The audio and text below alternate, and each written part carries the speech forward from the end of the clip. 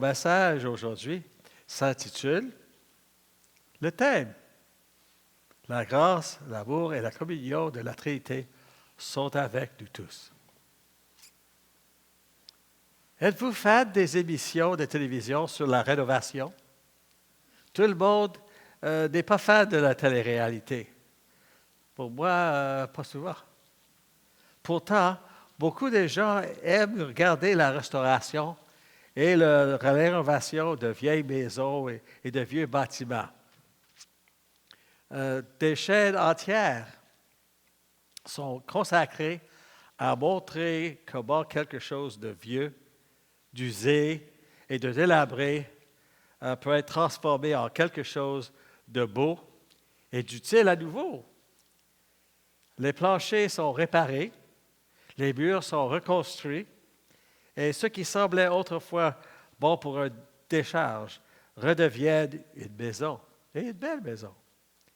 Il est étonnant de voir la transformation qui peut s'opérer lorsqu'un bâtiment est restauré et rénové. Pour vendre une maison, le propriétaire doit investir beaucoup de temps, d'argent et de travail dans le bâtiment en peu de temps afin de le rendre apte à la revente. Les défauts cachés doivent être découverts et corrigés. La qualité du résultat final dépend du constructeur. Une maison ne se répare pas toute seule. La restauration dépend de celui qui en assume la responsabilité. Tout le monde ne considère pas pour autant que les vieux bâtiments méritent d'être restaurés. Il est courant de voir de vieilles maisons et de vieux bâtiments abandonnés se délabrer peu à peu et s'effondrer. Près de chez nous, à Saint-Laurent, Canadair avait un grand emplacement, des grands bâtiments sur les deux côtés du boulevard Marcel-Lorrain. Quand ils ont changé leur entreprise, ils ont fermé une grande usine sur le côté est. C'est dans cette usine, dans cet édifice, que ma mère a déjà travaillé comme commis. Enfin, ils l'ont démoli pour enlever tout ce qu'il y avait sur ce morceau de terrain-là. Aujourd'hui, il y a un magasin Maxi, il y a un édifice médical, une pharmacie, et tout à fait à l'autre bout de l'emplacement, il y a un Super C. Ils sont en concurrence un avec l'autre. Mais ça, c'est une autre histoire. Enfin, ces bâtiments qui ne sont plus utiles doivent être démolis et évacués afin que le terrain puisse être utilisé à d'autres fins. La bonne nouvelle pour nous aujourd'hui, c'est que lorsque la très bonne création de Dieu a eu besoin d'être restaurée, Dieu ne s'en est pas débarrassé. Dieu est le maître bâtisseur qui assume la responsabilité de ce qu'il a créé. Dieu n'a pas laissé sa création retomber dans le diable d'où il l'avait tirée. Il a pris de rien, puis il a créé quelque chose de beau. Dieu ne s'est pas détourné du monde qu'il a créé avec amour.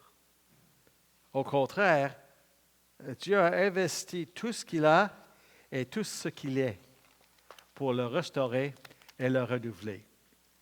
Dieu a envoyé son Fils pour assurer que tout serait refait comme il l'avait toujours voulu. Il considère chacun de ses enfants adoptifs comme son chef-d'œuvre, une merveilleuse nouvelle création.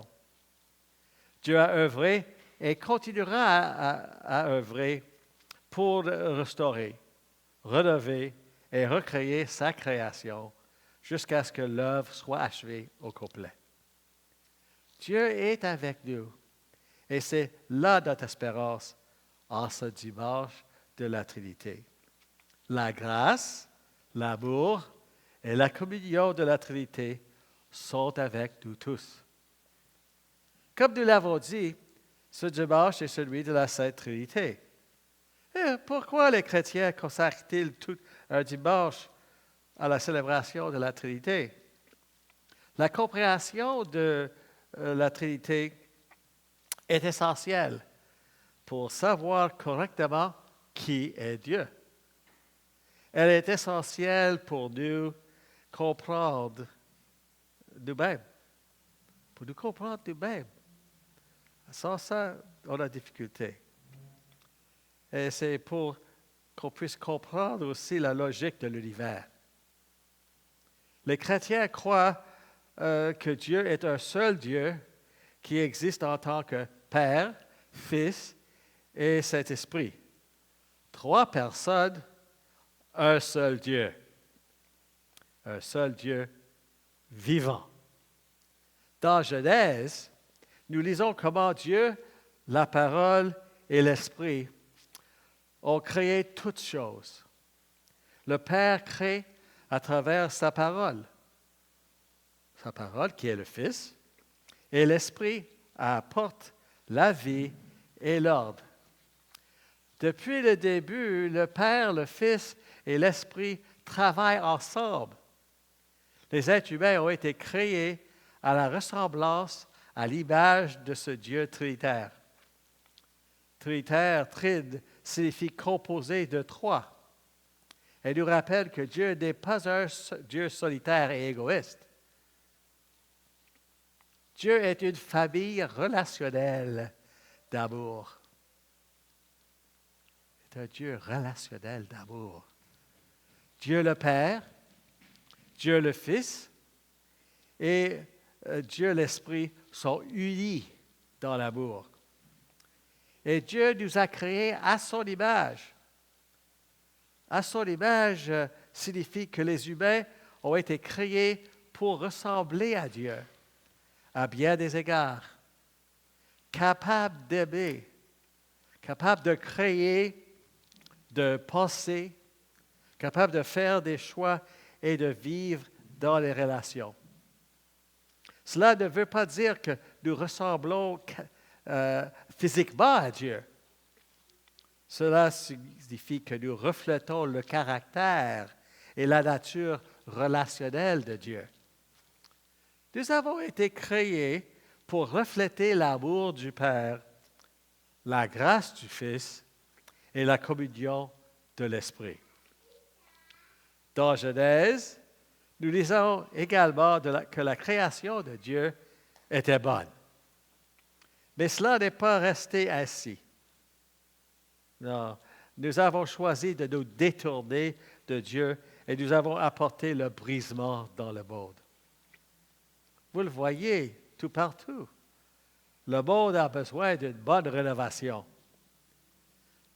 Nous pouvons regarder autour de nous aujourd'hui et constater de nombreux problèmes dans le monde dans lequel nous vivons. Nous constatons des dommages causés à nos écosystèmes. Nous voyons des ruines dans les vies humaines, des familles et les nations. Nous voyons partout des personnes blessées, seules et dépendantes. Nous voyons des guerres, de la corruption, de l'injustice et des divisions. Et nous nous demandons comment les humains peuvent ressembler à un Dieu bon et aimant. Comment le monde peut-il ressembler au monde de Dieu, à son royaume ou à son mode de vie où tout s'épanouit? Peut-être vous êtes-vous épuisé jusqu'à l'épuisement et auriez-vous été en proie à la culpabilité de ne pas pouvoir faire plus pour changer la souffrance dans le monde. Peut-être que les problèmes du monde semblent si énormes que vous essayez de les cacher, de les ignorer et de vous engourdir de plaisir pour le remplacer, pour ne pas être obligé de penser plus. Ou peut-être vous sentez-vous tellement dépassé et impuissant que vous devenez paralysé par le désespoir. Que faisons-nous? La réponse est que nous ne pouvons pas sauver le monde. Nous ne pouvons pas sauver les autres, ni nous-mêmes. La réponse est que Dieu a agi pour sauver. La restauration qui compte le plus, notre réconciliation avec Dieu, a déjà été accomplie. La réconciliation signifie simplement restaurer une relation. Dieu a rétabli la relation entre lui-même et l'humanité. Une relation qui avait été brisée par le péché. Par Jésus, Dieu a guéri ce qui était fracturé et nous a ramenés dans une bonne relation avec lui. Et cela a été accompli grâce au Fils de Dieu incarné. Incarné? Incarné signifie dans la chair. Cela signifie que dans l'incarnation, Dieu s'est fait chair dans la personne de Jésus. Jésus est pleinement Dieu et pleinement humain. Il est le seul véritable humain qui reflète parfaitement le droit trinitaire. Jésus a vécu la vie humaine fidèle que nous n'avons pas vécue. Il a porté notre chagrin. Il a porté notre péché. Sur la croix, il a pris en lui tout ce qui était tordu et brisé en nous. Il a agi à notre place et pour notre bien. Lorsqu'il est sorti du tombeau, il a commencé la nouvelle création. Jésus a fait pour nous ce que nous ne pourrions jamais faire nous-mêmes. Grâce à ce travail terminé, nous pouvons dire avec confiance, la grâce, l'amour et la communion de la Trinité sont avec nous tous. Notre passage biblique d'aujourd'hui est la fin d'une lettre de Paul. Paul était un prédicateur enseignant itinérant appelé apôtre. Apôtre signifie quelqu'un qui est envoyé. Il a fondé de nouvelles églises et a consacré sa vie à répandre la bonne nouvelle de qui est Jésus. Lorsqu'il était absent d'une église avec laquelle il travaillait, il leur écrivait des lettres d'encouragement, de conseils et parfois des corrections. Cette lettre particulière est destinée aux disciples de Jésus dans un endroit appelé Corinthe. Et c'est une lettre difficile. Ils se débattaient. Il y a eu des conflits et des malentendus. Il y avait des grands péchés parmi eux. Ces gens, les Corinthiens, étaient fragiles et imparfaits, tout comme nous. Dans cette lettre, Paul dit que si quelqu'un est en Christ, il y a une nouvelle création. Tout ce qui est ancien est passé. Voici, de nouvelles choses sont apparues. C'est au chapitre 5, verset 17 de la même lettre.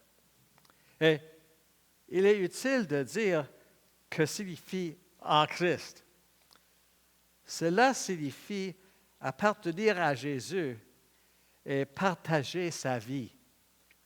Les chrétiens de Corinthe réfléchissaient à ce que signifie vivre, qu'ils étaient en Christ.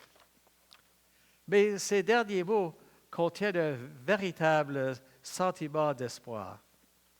Relisons notre passage du Nouveau Testament. Enfin, frères et sœurs, adieu. Soyez restaurés. Écoutez mon appel.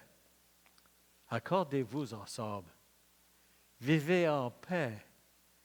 et le Dieu de l'amour et de la paix sera avec vous. Saluez-vous d'un saint baiser. Tous les saints vous saluent. La grâce du Seigneur Jésus-Christ, l'amour de Dieu et la communion du Saint-Esprit soient avec vous tous. Nous allons commencer par la dernière phrase, car elle nous donne un cadre pour tout le reste.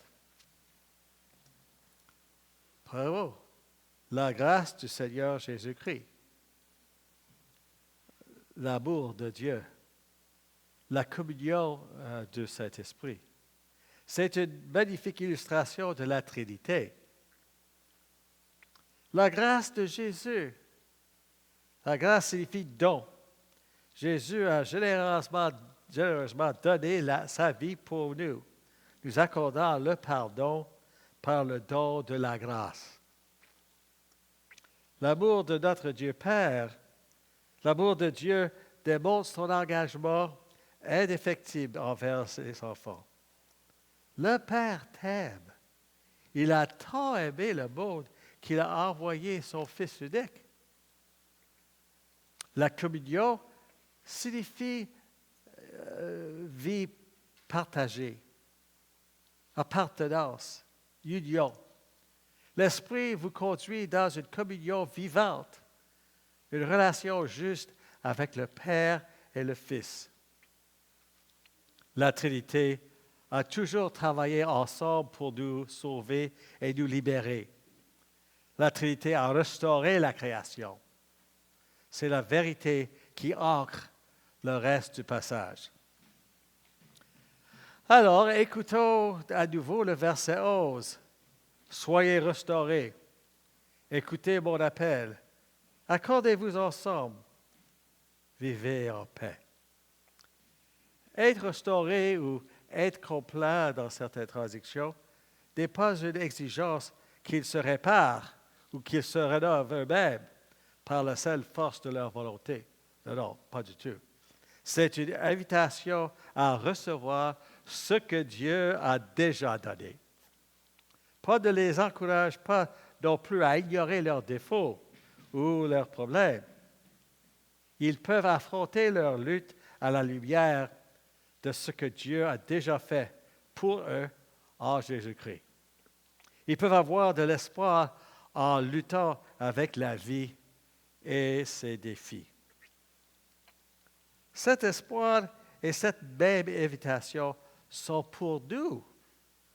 Nous reposons dans l'amour de Dieu le Père. Jésus nous a réconciliés et restaurés par la grâce, par sa grâce. Le Saint-Esprit nous a été donné pour nous amener en communion avec Dieu. Nous sommes appelés, comme les Corinthiens, à recevoir et vivre ce qui est vrai grâce à Jésus.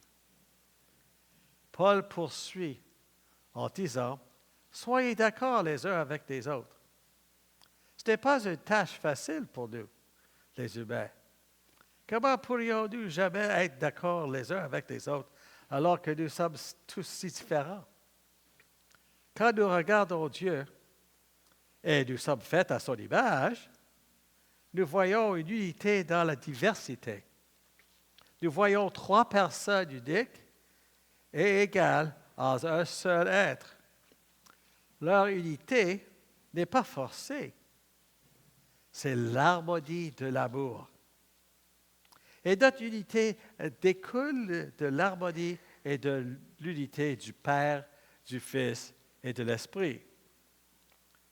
Cette unité ne vient pas du fait que tout le monde est pareil. Le Père, le Fils et le Saint-Esprit vivent en communion parfaite. Et l'Esprit partage cette communion avec nous. Ainsi, notre unité ne concerne pas la similitude, mais l'appartenance à Dieu et donc l'appartenance les uns aux autres. On s'appartient à nous autres. Le Saint-Esprit nous unit en Christ, au Christ, et nous unit les uns aux autres. C'est le Christ en nous, par l'Esprit, qui nous donne l'unité dont nous avons besoin afin que nous puissions être partageants des mêmes idées. Cela ne signifie pas que nous ne sommes jamais en désaccord ou que nous pensons tous la même chose. Non, pas du tout. Cela signifie que l'Esprit forme un lien plus profond que nos différences. Paul les exhorte à vivre en paix. La paix dans les Écritures signifie la plénitude, la vie remise en ordre. Jésus a déjà fait la paix par la croix. Quand Paul appelle les Corinthiens à l'unité et à la paix, il ne leur demande pas de créer un miracle par l'effort seul. Il les appelle à vivre d'un miracle déjà donné en Christ. Cette unité est en Christ. Jésus ne nous a pas simplement donné un exemple. Il s'est donné. Il a absorbé notre hostilité, notre égoïsme, notre violence et tout ce qui s'oppose à la paix. Il l'a mis à mort dans son propre corps. Et quand il ressuscitera d'entre les tombeaux, il commença la nouvelle création. La restauration qui compte le plus, réconcilier l'humanité avec Dieu, s'est accomplie en lui. Quand Jésus, sur la croix, a dit « c'est terminé », il a annoncé l'achèvement de l'œuvre que nous n'avons jamais pu achever. Il l'a fait, on ne pourra nous-mêmes jamais le faire. L'unité et la paix ne sont pas des vœux pieux. L'unité et la paix ne sont pas des projets d'efforts humains. C'est une déclaration ancrée dans l'œuvre achevée de Jésus. Ce sont des dons issus de la vie du Dieu triun.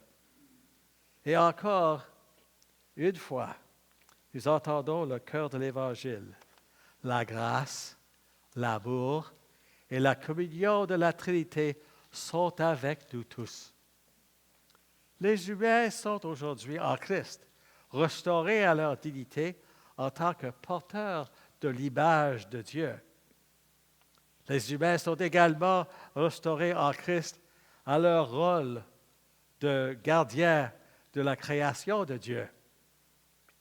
Quand Paul appelle les croyants de Corinthe à être restaurés, il leur rappelle d'être déjà ceux qui sont en Christ. Nous sommes de nouvelles créations, actuellement, déjà, mais pas encore. L'Esprit nous donne du pouvoir, nous donnant la capacité et la force de vivre notre nouvelle vie. L'Esprit nous soutient, nous porte, nourrissant cette nouvelle vie. Et alors que nous célébrons la semaine dernière la Pentecôte, le Père nous a envoyé l'Esprit par Jésus. La Pentecôte est le jour où les chrétiens se souviennent de l'Esprit répandu sur l'Église.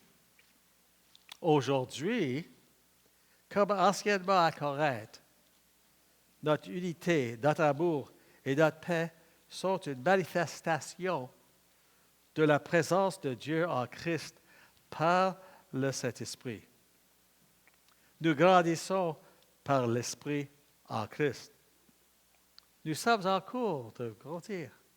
Nous serons pleinement accomplis lorsque Jésus reviendra en gloire. Pour l'instant, notre vie réelle est cachée avec le Christ en Dieu, ce qui signifie que l'œuvre de Dieu en nous est réelle, même lorsque nous ne pouvons pas encore la voir pleinement. C'est une vie réelle. Le cœur de Dieu est que chaque personne vienne à connaître et croire à la vérité sur qui elle est en Christ. Dieu veut que ses enfants voient et vivent cette réalité du royaume et la vivre à sa façon. Le Saint-Esprit nous donne le pouvoir de rejoindre la mission de Dieu et de témoigner aux autres de l'amour du Père. Quelles sont les façons dont vous pouvez remarquer et rejoindre l'œuvre restauratrice de Dieu aujourd'hui? Où le Père pourrait-il être aimant, le Fils étendant la grâce et l'Esprit apportant la communion? Peut-être même dans des endroits auxquels vous ne vous attendiez pas.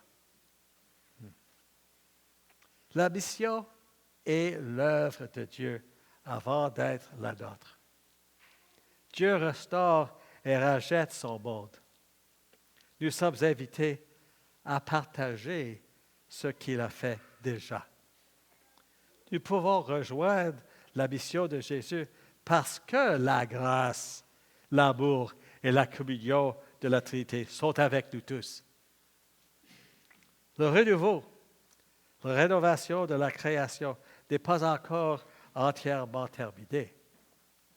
On voit encore des fissures et la peinture sale et qui s'écaille.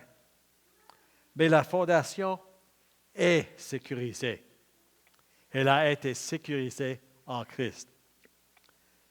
Nous avons l'assurance de ce que Dieu a commencé en nous, il le terminera. Nous pouvons faire confiance au Maître bâtisseur qui nous bâtit. Jusqu'au jour où tout sera renouvelé, nous vivrons dans l'espoir et nous nous joignons avec joie et humilité à ce qu'il a fait déjà. Dieu a commencé quelque chose il y a longtemps et a travaillé tout ce temps pour le réaliser. Dieu a accompli une constitution merveilleuse en Jésus et il la complète encore aujourd'hui par son Saint-Esprit. Le Père, le Fils et l'Esprit agissent chacun avec amour distinct, mais toujours ensemble comme un seul Dieu en nous. Pour aujourd'hui, le dimanche de la Trinité, pour demain et pour ce monde brisé et bien-aimé, voici notre bonne nouvelle. Alors écoutez-le encore une fois. Une dernière fois sous forme de promesse et de proclamation. La grâce, l'amour et la communion de la Trinité sont avec nous tous. Amen.